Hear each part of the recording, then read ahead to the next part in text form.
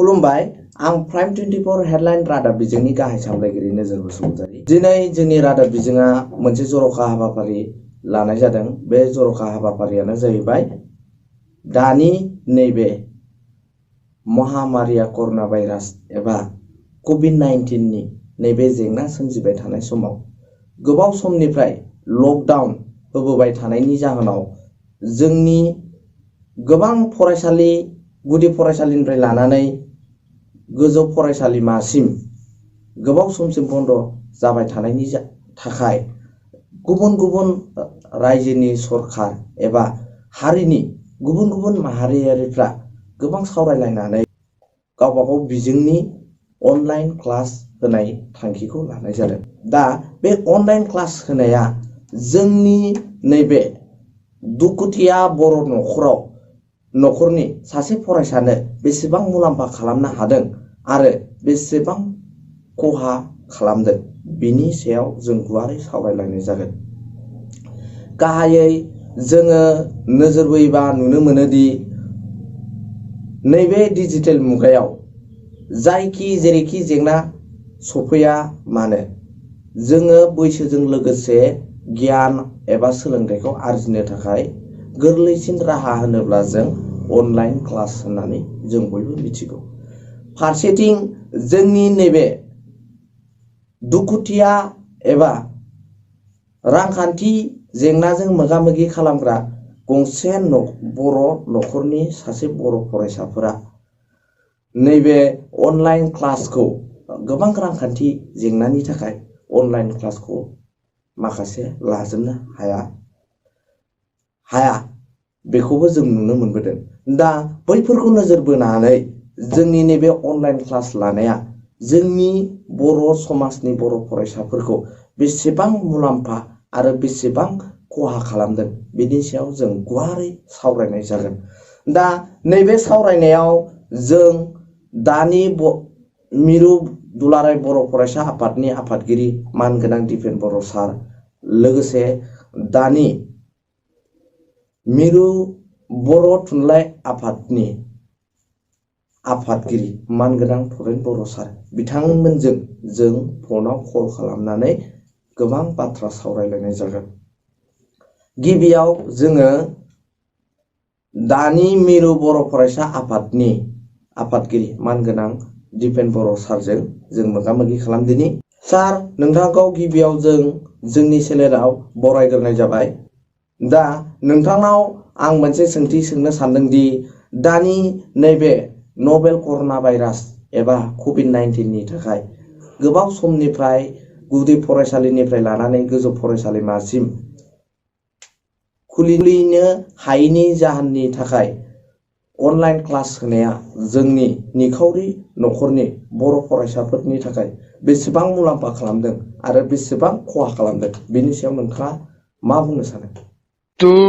नभेल कर'ना virus बा कभिड-19 दा बेयाव वर्ल्ड वाइड जिहेतु बुहुमनाङै लकडाउन जाबाय आरो बे जिहेतु मोनसे महामारि आरो बिनि मेजर इस्युआनो जाबाय जे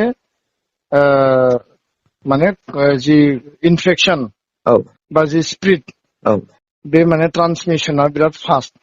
दा बेखायनो माने यांगार जेनेरेशननि गेजेराव स्कुल कलेज इनस्टिटिउसना जुदि खुला थायोब्ला बेयाव माने स्टुडेन्टसनि जिहेतु बेयाव एसेम्बल जागोन, स्टुडेन्टफ्रा ज' जागोन, बिनिफ्राय स्प्रिड जानो हाथाव जि माने डेन्जार बेखौ माने होबथानो थाखाय बा बिनिफ्राय माने जोङो प्रिभेन्टिभ मेजार लानो थाखाय माने बे स्कुल कलेज बा इनस्टिटिउसनखौ दा आनलक खालामनायनि उनावबो दाबो माने खुलिनायनि थाखाय खुनु मोनसे देशानो दासिमबो माने बेखौ पजिटिभलि माने लानो हायाखै। माने बेखौ माने एग्जामाइन खालामबाय थादों जे स्कुल बा इनस्टिटिउसनफोरखौ खुलिनो हागोन ना हाया। दा इन डिउ कर्स अफ टाइम जिहेतु अलमस्ट मार्चनिफ्राय दिनैसिम 3 मान्थ माने लकडाउन बा माने स्कुलफ्रा क्लज डाउन जाबाय आरो गोबां इनस्टिटिउसनाव दायो माने क्वारेन्टाइन सेन्टार बानायनानै दोनदों। दा बेखाय सरकारा मोनसे अल्टारनेटिभ लार्निंनि थाखाय जाहाथे स्टुडेन्टफोरा माने न'आव थानानैनो मिनिमाम लेभेलनि बिसोरो माने गावसोरनि स्टाडिखौ कन्टिनिउ खालामनो हायो बा मोनसे फल' आप खालामनो हायो।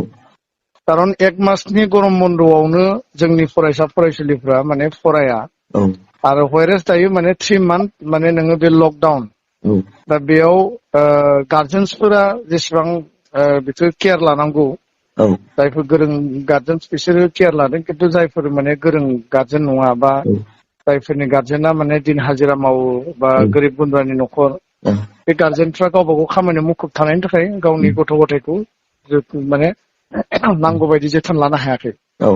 दा बेयाव सरकारा बे अनलाइन क्लास बा अनलाइन लार्निं मोनसे अल्टारनेटिभ मेजार दिहुनदों जाहाथे न'आव थानानै एसे फल' आप खालामनो हायो बा इनस्टिटिउसनफ्राबो दा प्रिन्सिपाल हेडमास्टार बा स्कुलनि टिचार्सफ्रा गावबा गाव स्कुलनि स्टुडेन्टफोरनि मबाइल नाम्बारखौ लानानै वाट्सएपआव अनलाइन क्लास होनायनि बेब'स्था खालामदों।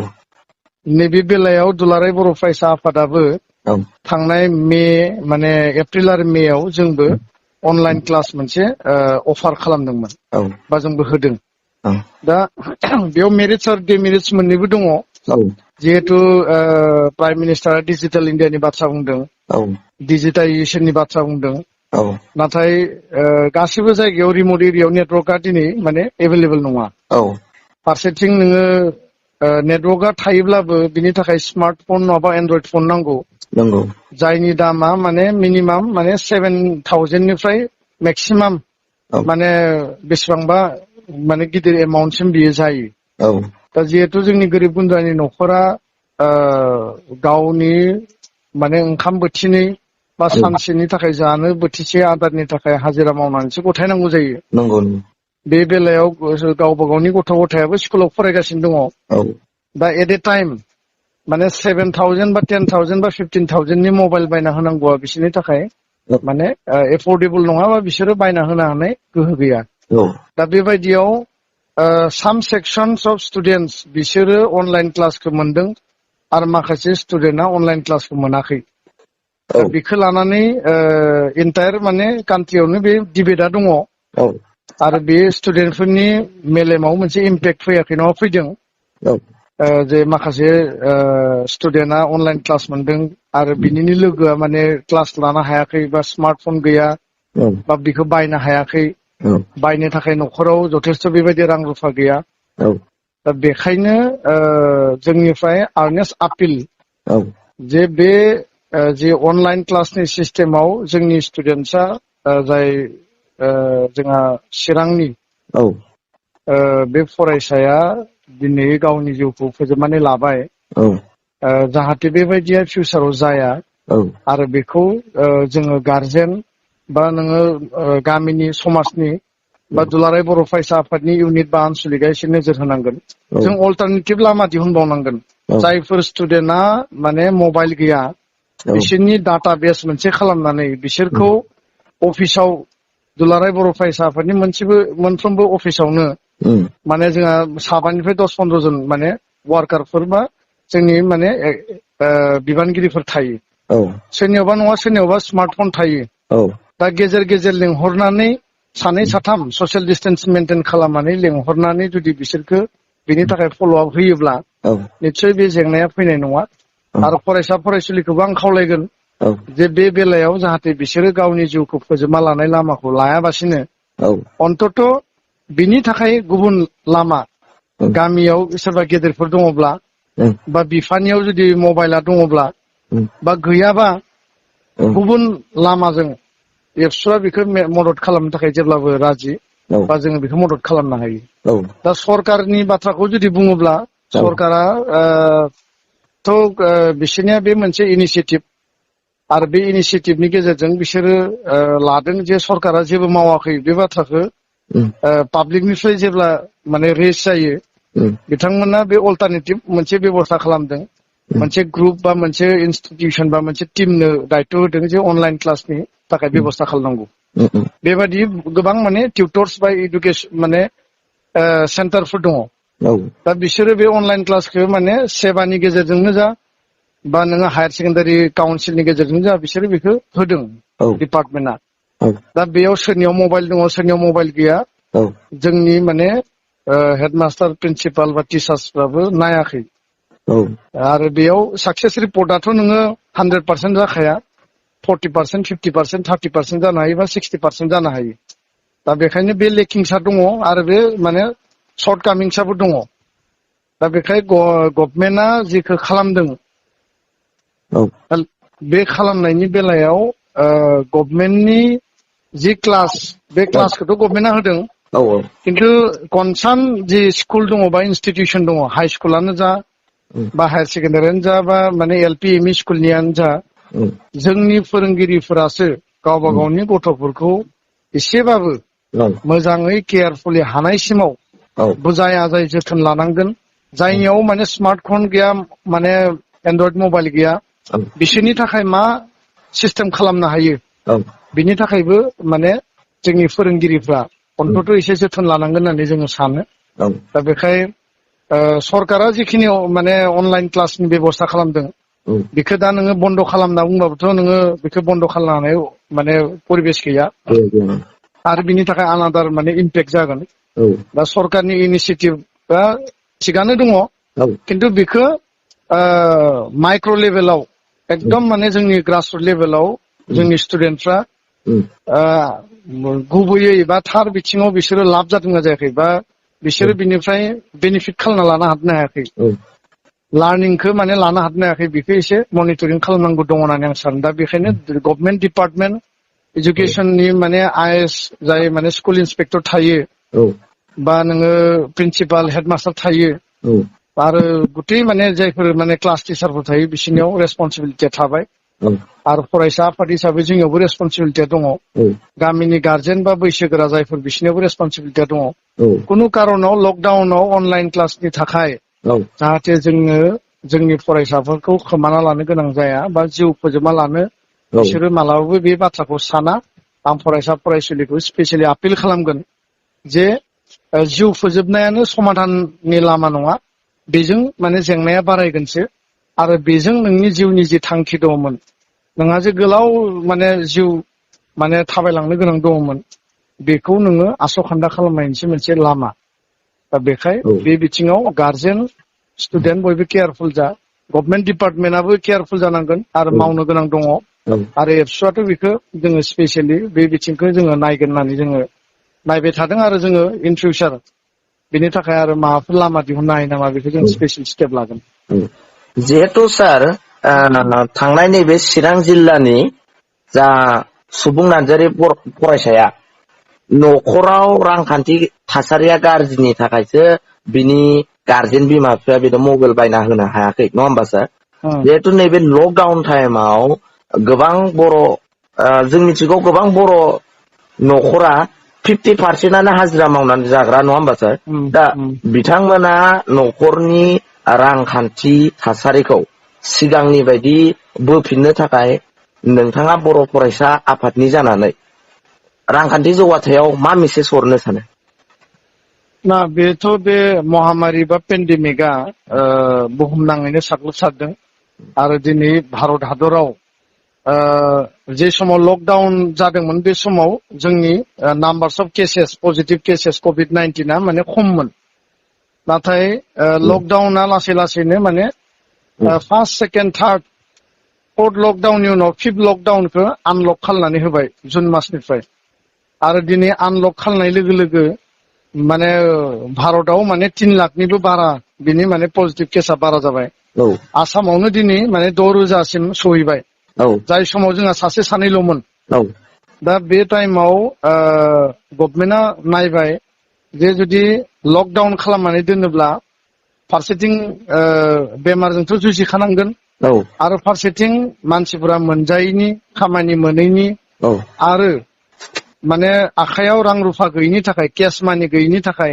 क्राइसिसआ बारा जालांगासिनो दङ गभर्नमेन्टआ नोङो माइरं होदों माइरं होनो हायैफोरनो केस मानि होदों जब कार्डआव फैसा सोना होदों बा नोङो अमेन माने नोङो बे बेनिफिसियारिफोरनो फैसा सोना होदों जन धनाव बा गोबां माखासे स्किम्सफोर बिसोरो एनाउन्स खालामदों होदोंबो नाथाय बे जोंनि थाखाय साफिसियेन्ट नङा खारन दैनन्दिन जि इक'नमिक एक्टिभिटि हाजिरा हुजिरा मावनायनिफ्राय कामला मावनायनिफ्राय कम्पानि बा इन्डास्ट्रि माने नोङो अफिस निफ्राय लानानै बे एक्टिभिटिया मैगं बाजार बा नोङो बायलाय फानलाय जुदि जायाब्ला हाथाय बाजार जायाब्ला दखाना सोलियाब्ला कमप्लिटलि जोंनि थांना थानायानो माने मोस्लेर बायदि जायो आरो बेयाव माने जोंनि इक'नमिक सार्भाइभेलनि थाखाय मोनसे गिदिर माने कुइसन फैयो दा बेखाय नैबे जि इक'नमिक जि क्राइसिस लकडाउननि थाखाय बा कर'ना भाइरासनि थाखाय बेखौ सास्टेन खालामफिननो थाखाय बा बेखौ बोखांफिननो थाखाय जों बयबो कमिउनिटि नाङैनो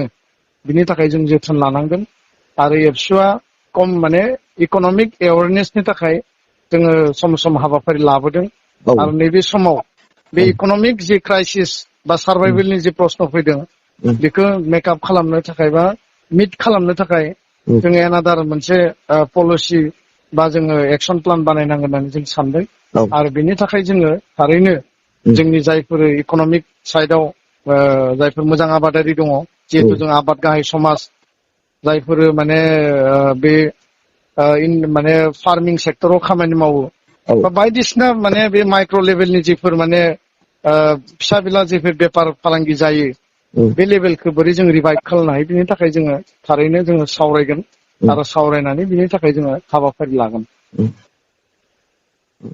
गोजोननाय थाबाय सारनिसिम। औ दे खुलुमबाय खुलुमबाय सार। Thank you. जोबोद जोबोद गोजोननाय थाबाय सारनिसिम नोंथांखौ जोंनि चेनेलनि नैबे जर'खा हाबाफारियाव सावरायनायाव बाहागो होनायनि थाखाय नोंथांखौ आरो खनसेबाव रोजा रोजा साबायखर जासिहरनाय जाबाय। दा जों मिरु बर' थुनलाइ आफादनि आफादगिरि मानगोनां थरेन बर' सारजों जों मोगा मोगि खालामदों।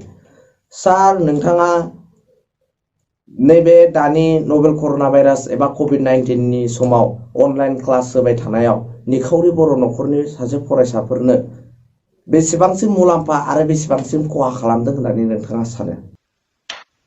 बेथ' गेदेर बाथ्रा। साबायखर नोंथांमोननि चेनेला बे बिथिङाव सांग्रांथि मोनसे लाबोनो थाखाय जिहेतु हाबाफारि लादों आंनिफ्राय नोंथांमोननिसिम गाहाम हामलायनाय आरो साबायखर जासिहरग्रोबाय। गोजोननाय थाबाय सारनिसिमबो। दा बाथ्राया जादों बेयो गेदेर खोथा जे लकडाउन जानाया गोबावसै मार्च दाननिफ्रायनो लकडाउना सोलिनानै दं सारा भारत सारा मुलुगाव सोलिनायनि उनाव भारतावबो बे कर'ना भाइरासआ कभिड-19आ बेवहाय साग्लोबनायनि जुनै आसामावबो दिनै कर'ना भाइरासआ सानसेनिफ्राय सानसे बारानिफ्राय बारासो जानो हमदों। ओमफ्राय लकडाउनखौ एखमबा रिलेक्स खालामदोंब्लाबो सम सम नाथाय दा बारानिफ्राय बारासो जादों। दा बयबो बुंसोलायदों जे बियो ट्रेभेल हिस्ट्रि थानायखाय जायफोरनोखि थांलाय फैलाय खालामदों बिसोरल' जादों ओरै सानदोंमोन। नाथाय दा एकदम माने हारियारि बा समाजाव बेयो साग्लोबनो हमदों। जेरैहाय दिनै गभर्नमेन्टआ भारत सरकार बा दानि जोंनि आसाम सरकारा ओजोंहाय जायफोरनोखि लेबार मावनानै जानानै दं जायफोरनोखि न'आव फैनो लुबैदों बिसोरखौ मोनसे जर'खा ट्रेन होनानै लाबोनाय जादोंमोन आरो बे लाबोनायनि उननिफ्राय जों नुनो मोनदों जे क्वारेन्टाइन सेन्टारखौ बांनायनिफ्राय बांनाय खालामनाय नुदों आरो आइसलेसन वार्डबो बानायनाय नुदों। बिनिफ्राय नैबे माबायाबो अनेक बेबायदिनो जों क्वारेन्टाइन खालामनाय जों नुनो मोनदों। दा खोथा जाहैदों जे बे गोबाव सम माने कभिड-19नि थाखाय फरायसालिया बन्द' जानानै दङ। गासिबो गुदि फरायसालि एबा अंगनबादिनिफ्राय आप टु इउनिभारसिटि मुलुगसोलोंसालि बन्द' जानानै दं। दा बेवहाय खुनु मोनसे आबहावा गैया, फरायनायनि आबहावा गैया, फोरोंनायनि आबहावा गैया, लार्निं एन्ड टिचिंनिबो खुनु माबा गैया। दा जों नुनो मोनदों जे रोजा रोजा मानसिफ्रा बायजोनिफ्राय फैबाय, दा दोननो जायगा गैया। दा बे फरायसालिफोरखौ गासिबो बे क्वारेन्टाइन सेन्टार खालामजोब्बाय। बेनिफ्राय खालामनायनि जाउनाव बे फरायसालियाव जायफोरनिखि हस्टेलाव दंमोन, जायफोर फरायसा दङमोन, फरायनो लुबैदोंमोन, बिसोरखौबो बिनिफ्राय जानगार होनानै बे बेमार चेक खालामनाय COVID-19 चेक खालामनायनि थाखायसो बेखौ बाहायनाय जादों। दा बे बिथिङाव मोनसे बिराद गिख्रंथाव जाथाय बियो माला बे COVID-19नि जेंनाया जोबगोन बेखौ बुंनो हाया। नाथाय फरायनायनि एकाडेमिक सेसनाथ' बे थांनायनिफ्राय थांबाय थायो। दाख्लै मेट्रिक आनजाद जालांबाय बिनि रिजाल्टआ डिजिटेल बा अनलाइनजों जादों आरो दा गाबोन हायार सेकेन्डारि गोजौसिन फरायसालिनि जा उनथि रिजाल्ट ओंखारगोन बेयावबो अनलाइननि गेजेरजोंसो जागोन। बेवहायबो जों नुनो मोनो जे फरायसाफ्रा रिजाल्ट मोजां खालामदोंबाबो रंजानाय बाजानाय बायदिसिना हाय हुल्ला बिदि जों नुनो मोनाखै। दा नुनो मोनैयाव गार्जेनफ्राबो आरो फोरोंगिरिफ्राबो बेहाय एसे दद्रनानै दुखु मोननानै दङ। जायनि थाखाय दिनै बे एडुकेसन सोलोंथाइ बिफाना मोनसे राहा लादोंमोन जे बे राहाया अबयसे आगोलाव जेलानाखि गरम बन्द सामार भेकेसन जायोमोन बे समाव माखासे जर'खा क्लास लानायनि थाखाय फोरोंगिरिफोरखौ फरायसालियाव खालामनाय जायोमोन। नाथाय बे बेलायाव जों नुनो मोनदों देग्लायनि सामार भेकेसनखौ बिसोर एडभान्स खालामनानै बेनिफ्राय जायफोरनोखि फरायसाफ्रा फरायसालियाव थांनो हायाखै जायफोर फोरोंगिरिफ्रा फोरोंहैनो हायाखै बेनि थाखाय बिथांमोनहा अनलाइन लार्निं एन्ड टिचिंनि राहा खालामदों। दा लार्निं एन्ड टिचिं राहा खालामनायाव जों नुनो मोनदों बांसिन फरायसाफ्रानो गामियाव थायो। गामियारि ओनसोलफ्राव थायो आरो बे गामिफ्राव नांगौ रोखोमै मोब्लिबनि राहा गैया, लाइट गैया, एखमबा माबा गैया बेबायदि आरो गोबाङानो बेबायदि जिअ बा बेबायदिनो एप्स थानाय मबाइल बायनो हाया, बिराद दामि मबाइल बायनो हाया। बे सोलिनो आन्था न'खराव फिसा फिसा मबाइलजों बे जाया अनलाइना।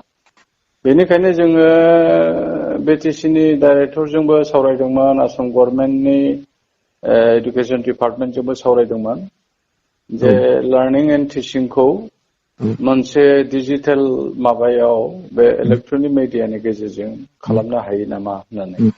दा अल इन्डिया रेडिअ आरो दुरदर्शना बा जेरै प्राग चेनेल बिथांमोनहा 1 घन्टा माखासे असमिया बिजों इंलिश बिजों बेखौ लादों। खिन्थु बर'नि बेलायाव दा जोङो नुदों जे जोंनाव चेनेल अनेक दङ, नोंसिनि बायदि चेनेल दं, नाथाय बियो पारमिसिबल एबा बेखौ फोलोमनो हायै बायदि जों नुनो मोनो। खारन टाइमिंनि खोथा दं, खरसानि खोथा दङ बायदिसिना। दा नुनायाव जोङो मोनफा मोननै चेनेला बिदिनो लार्निं एन्ड टिचिं खालामदोंब्लाबो बा सानखान्थियाव आरो बिगियान बा इंराजियाव बे साफिसियेन्ट नङा। बेयो नांगौ रोखोम बे गामिनि फरायसाफोरखौ फोलोमनो हाया। दा फोलोमनो हायैनि जाउनाव जों नुनो मोनदों नै सासे फरायसा थुक्राझार हाइ स्कुलनि सासे फरायसाया गाव बे मबाइलनि आंखालनि थाखाय माने अनलाइन फरायनो खाबु मोनैनि थाखाय बियो गावखौनो माने जिउ गारनो गोनां जादों। बेयो जोबोद दुखु गोनां खौरां। आरो बे लकडाउननि समाव बेबायदि जाथाय जादों, जाया नङा जादों आरो जाबावनोबो हागौ।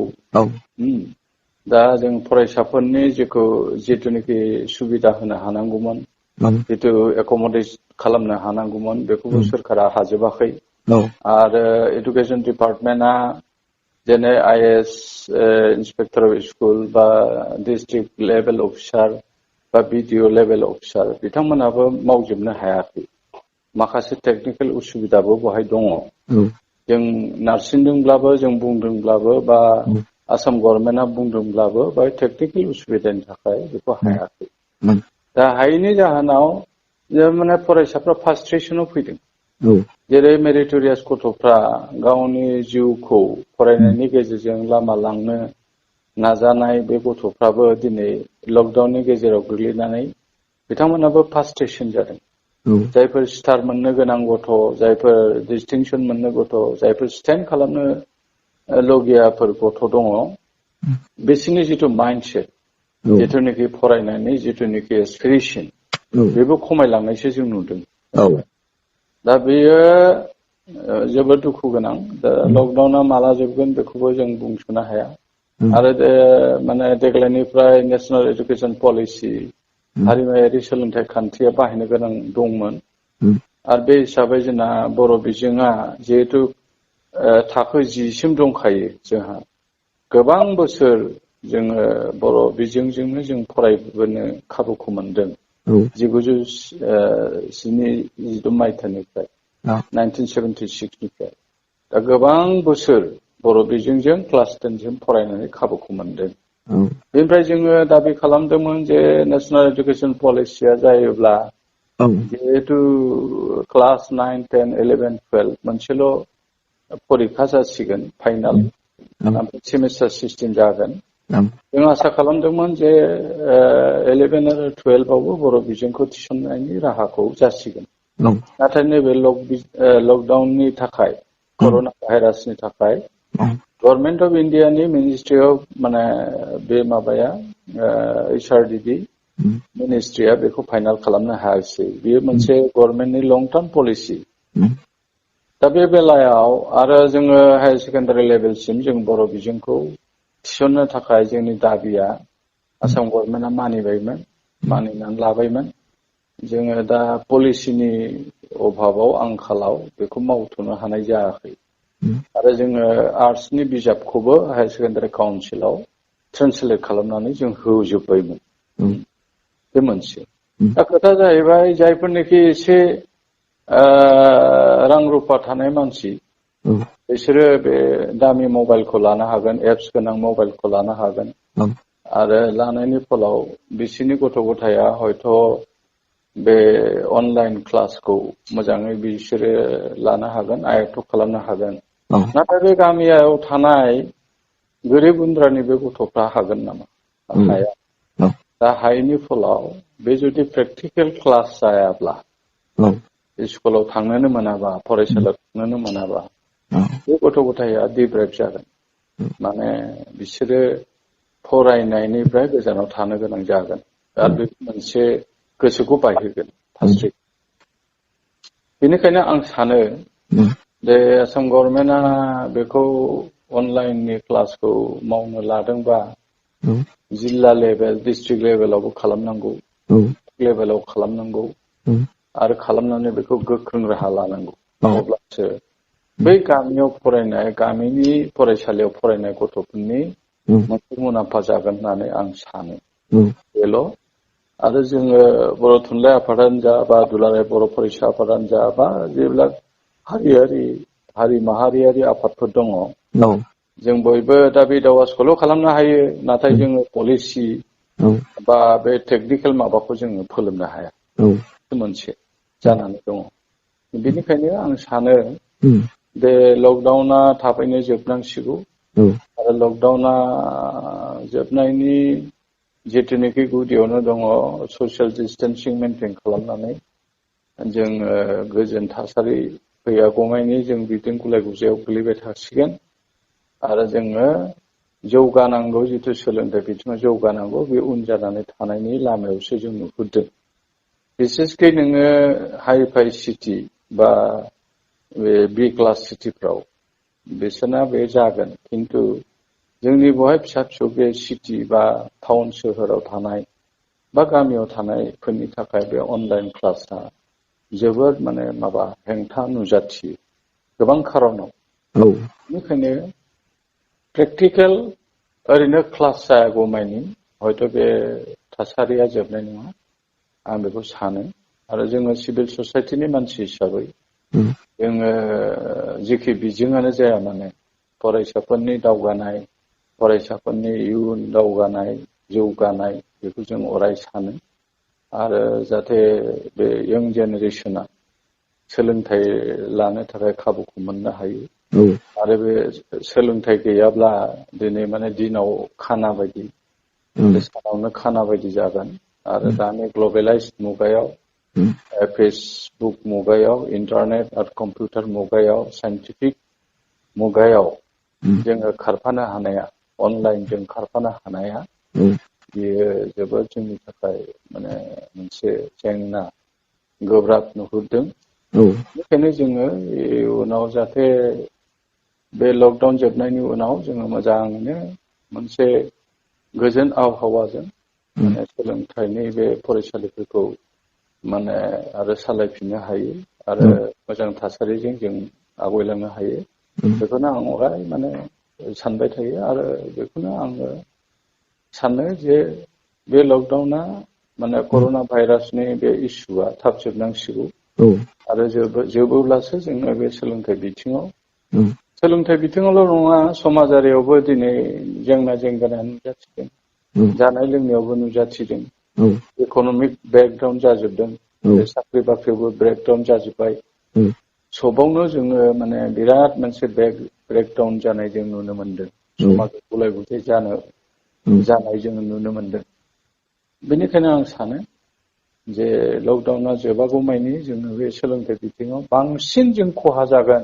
मानो होनना बुङोब्ला दिनैनि फरायसायानो गाबोन नोगोरारि बे फरायसाफ्रा मोजां गोग्गो सोलोंथाइ लानानै गुन गोनां सोलोंथाइ लानानै समाजखौ जुदि दावगाहोनो हायाब्ला बा गावनि जिउखौ जुदि रैखा खालामनो थाखाय गुन गोनां सोलोंथाइ लानो हायाब्ला बिसोरो इयुनाव बे खोमसि बेनिखायनो जोङो बयबो थाखोनि मानसिफ्रा जों बेबायदि जिथु क्राइसिस फैदों क्राइसिसनि गेजेरजोंनो जोङो माने जोङो फेर मारिनानै चेलेन्जिं मदाव जोङो दावगालांनो हानांगोन आरो बेखिनिखौनो आङो अराय हास्थायो जोबथियाव सारनिसिम मोनसे सोंथि सोंनो सानदों आङो जिहेथु नोंथाङा जोंनि बर' हारिनि मोनसे माहारियारि आफाद एबा बर' थुनलाइ आफादनि आफादगिरि जानानै जोंनि बर' समाजनि गारजेनफोरनो मा मेसेज हरनो सानोदि जाहाथे थांनाय चिरां जिल्लायाव सुबुं नार्जारी मुंनि फरायसाया गावनि जिउखौ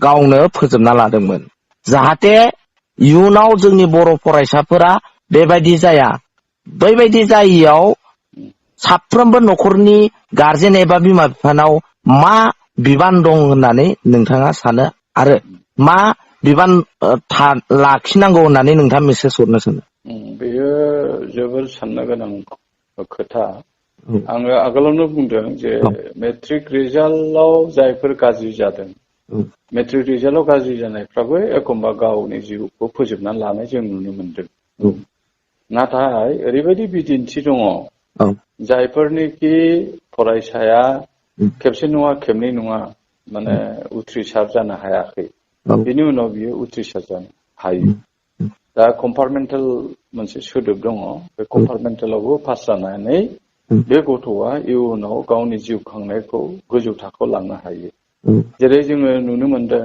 थार्ड डिभिजनाव पास जानाय गथ'फ्राबो माखासे गथ'फ्राबो गावनि उननि जिथु केरियार हायार सेकेन्डारि लेभेलनिफ्राय केरियार प्रग्रेसन जेला स्टार्ट जायो जेलानाखि डिग्री लेभेलाव थाङो होमबाना बे रिजाल्टखौ मोजां खालामनानै सासे बियो बुरुक्रेटबो जाहैनो हानाय जों बिदिन्थि दङ आरो अनेकानो फार्स्ट डिभिजन बा डिस्टिंसन बा स्टेन्ड खालामनानै बेयो जिउनि राहाखौ खालामहैनो हाया बेबायदिबो जों नुनो मोनो बेनिखायनो जोङो जुदि साननानै नायोबा तुलनामूलक भाबै जों कम्पेयार खालामना नायोबा जे matric is not the factor to develop his life बे हायार सेकेन्डारि लेभेलासो माने केरियार प्रग्रेसननि स्टार्टिं जायो खोनाबायना बेनिखायनो जोङो नार्भास जानो नाङा जोङो लोरबां जानो नाङा आरो गार्जेनाबो लोरबां जानो नाङाहाय आंना गथ'आ रिजाल्टआ मोजां जायासै रिजाल्टआ मोजां जायाखै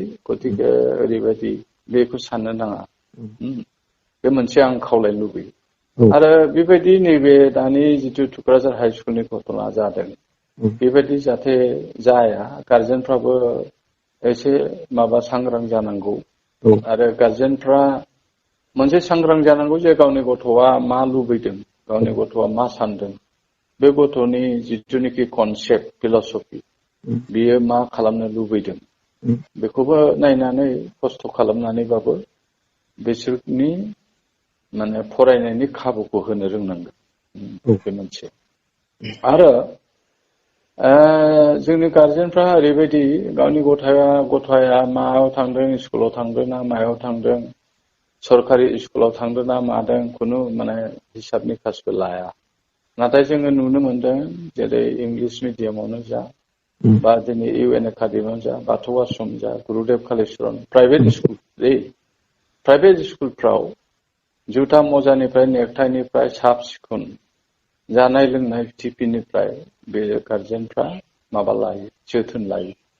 आरो गार्जेननि जोथोनावसो गथ' गथाया मोजां जायो। आरो गार्जेना जोथोन लायाबा बा फोरोंगिरिफ्रा जोथोन लायाबा खुनुदिन बे फरायसालिया राइज खालामनो हाया आरो गथ'फ्राबो मोजां जाया। आरो जिथु केरेक्टार बिल्डिं, जिथु आखु दानायनि खोथा दा जोंनि गेजेराव जों नुनो मोनदों, सेंग्रा सिख्लानि गेजेराव जिथु यंग जेनेरेसन जिथुनाखि मिसलिडिं इयर्स होननानै बुंदों, बे मिसलिडिं इयर्सखौ होबथानो थाखाय जोंनि गार्जेन, जोंनि फोरोंगिरि, मेगन गुनि लेखा गोरों समाजनि मानसि, जेखि खामानियानो मावना मानो समाजारि मानसि बिथांमोनहा माने अराय माने समाजनि गोजोन आरो दावगानायखौ साननांगौ।